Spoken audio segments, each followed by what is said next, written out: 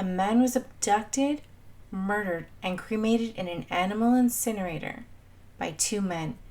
One you may know as the Kijiji Killer, Dellen Millard, and his friend Mark Smich. It was spring 2013. Tim did something countless others have done. He posted his truck for sale online. Late one evening, two men walked up the Bosma's long driveway, made small talk, then all three drove off for a test drive. Tim never came home.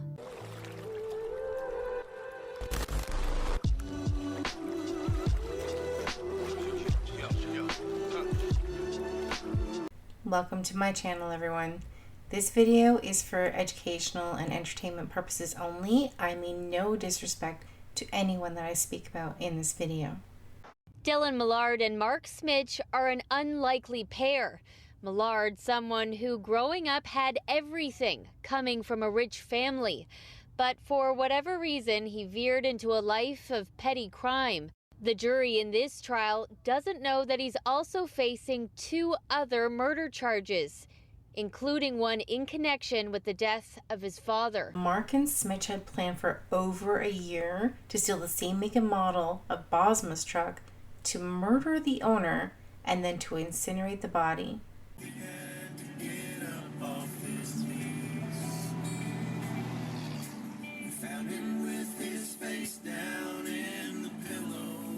His name was Tim Bosma.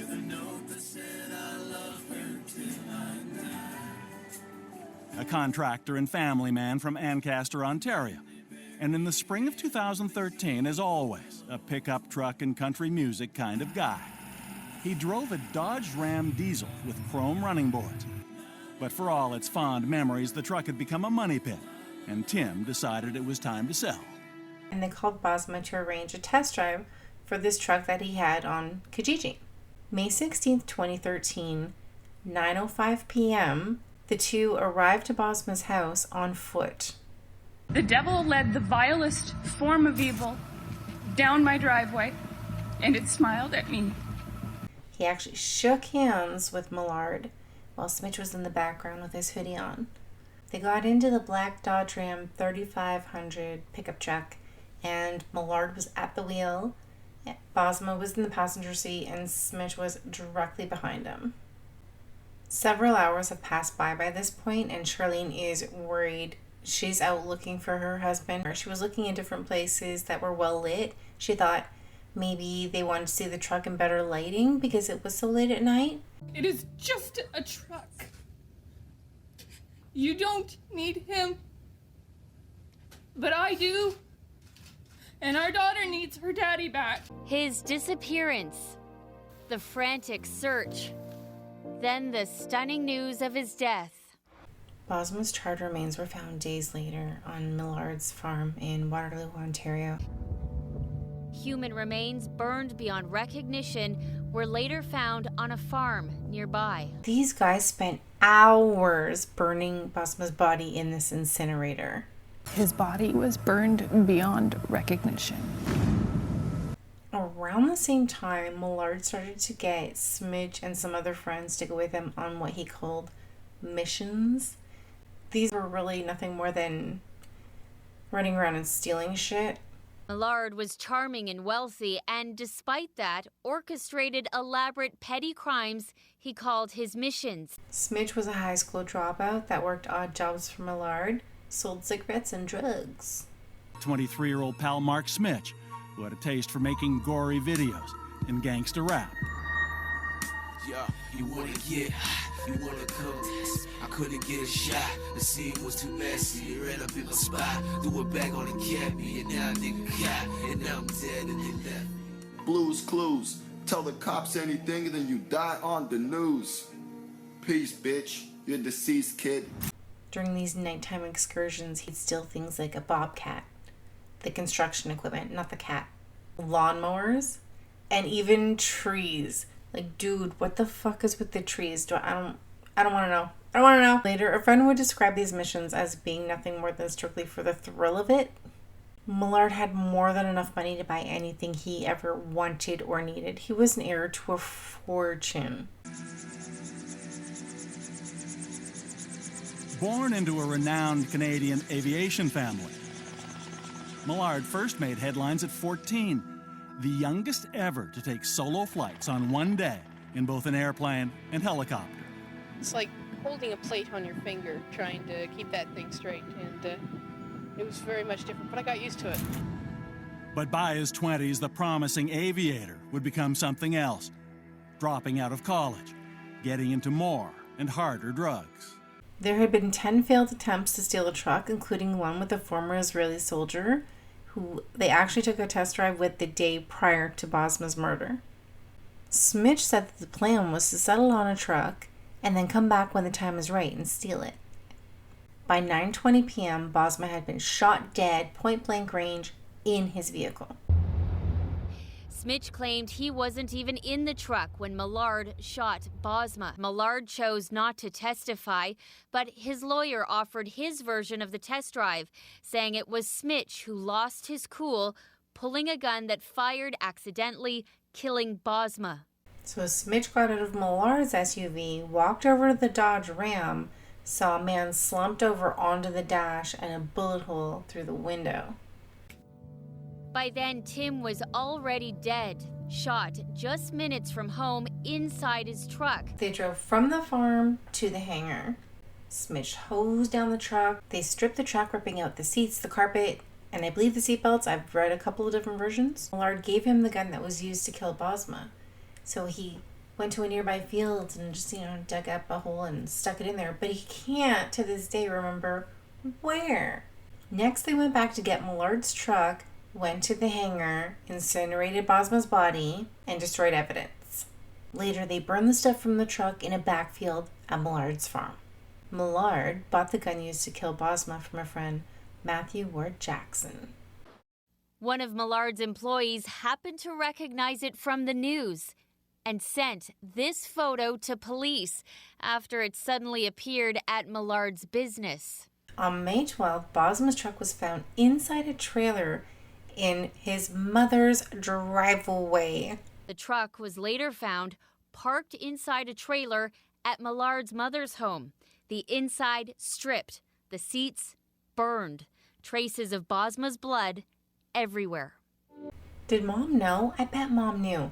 I actually read something that the mom and the girlfriend ran out to the trailer and wiped it down to make sure that the prints were not on it. Why?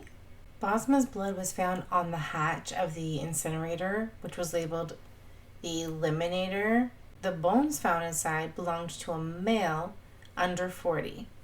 Charlene Bosma has been here every day. Inside courtroom 600, she sits in the front row, just arm's length from the two men charged with killing her husband, Tim. In 2016, a jury would find Millard and Smich guilty of the murder of Bosma. Come on, just a little one. Her name is Laura Babcock. Here at 23, she seems even more youthful than that, and she will forever, because this is the last picture ever taken of her. The same incinerator was used to murder 23-year-old Laura Babcock, who was Millard's ex-girlfriend, to settle a love triangle with his now then current girlfriend. When he and Laura first met, it seemed like another casual relationship between 20-somethings. A year later, Nudga sent Babcock a taunting text about Millard. Happy birthday. A year ago today, I slept with Dellen. Babcock quickly texted back, that's fine. I slept with him a few weeks ago. And her feud with Dellen Millard and his girlfriend would continue, disastrously, through what were now the final months of Laura Babcock's life. In mid-April 2012, this text from Millard to Babcock reads, "You are harmful to me. Please don't try to contact me." The following day, Millard texts Nudga about Babcock. "First, I'm going to hurt her. Then I'll make her leave. I will remove her from our lives." Laura Babcock was last seen alive in July of 2012. But at 7:03 that evening, the final call, ever, is made from Babcock's cell phone. Shortly afterwards, Millard sends this text to his pal Mark Smich. "I'm on a mission. Back in 1 hour." And after that, nothing. Laura Babcock has never been seen nor heard from again. Millard orders an industrial model to be delivered. On July 2nd, the last day we know Laura Babcock is still alive, Millard purchases a .32 caliber handgun from this notorious Toronto arms dealer.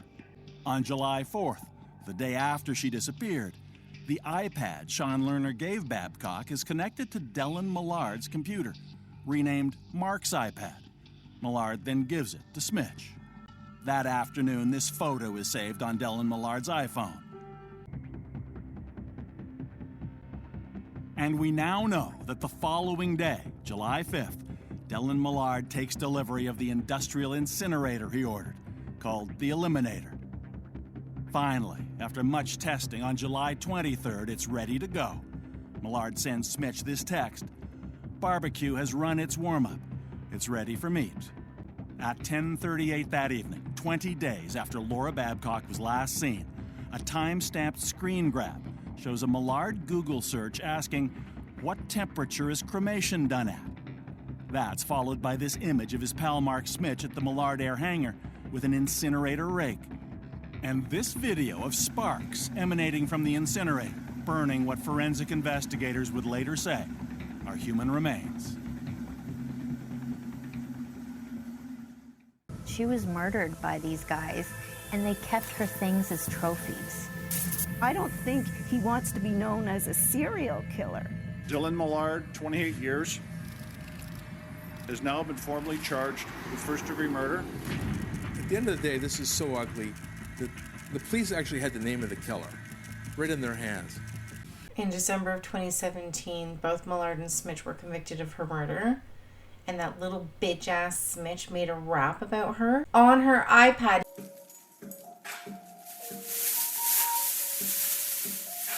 The bitch started off all skin and bone. Now the bitch lay on some ashy stone. Last time I saw her outside the home. And if you go swimming, you can find a phone.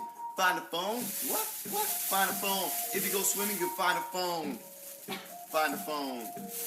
Find a phone. You can find a phone. If you go swimming, you'll find a phone. Bitch, lay on some ashy stone.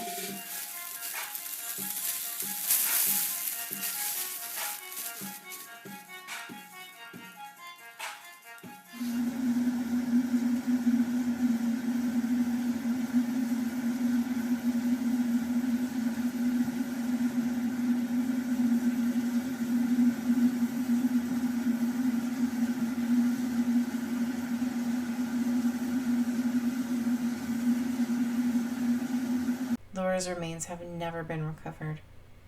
Back in November of 2012, Millard's dad was found dead, shot to death through the eye. His death was initially ruled a suicide. It was later found out that he and his father were having disagreements, and Daddy was going to cut him off.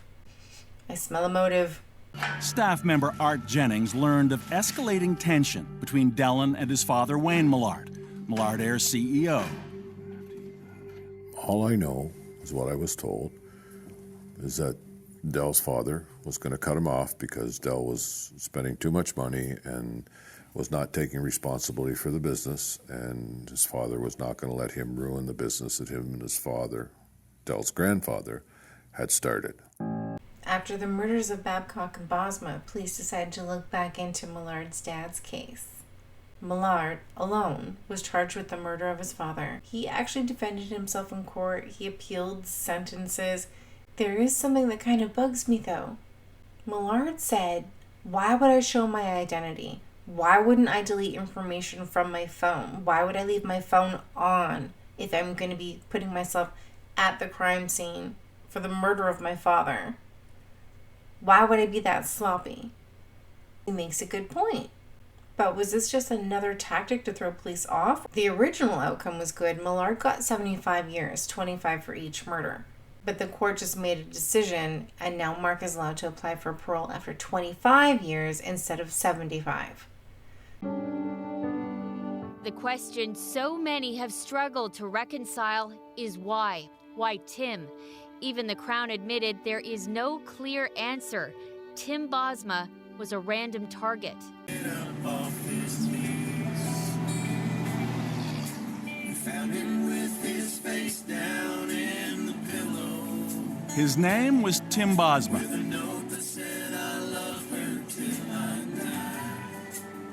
In my opinion, Millard should have to serve the 75 years that he was given. Knocking it down to 25 years is pretty much taking away 2 of the convictions.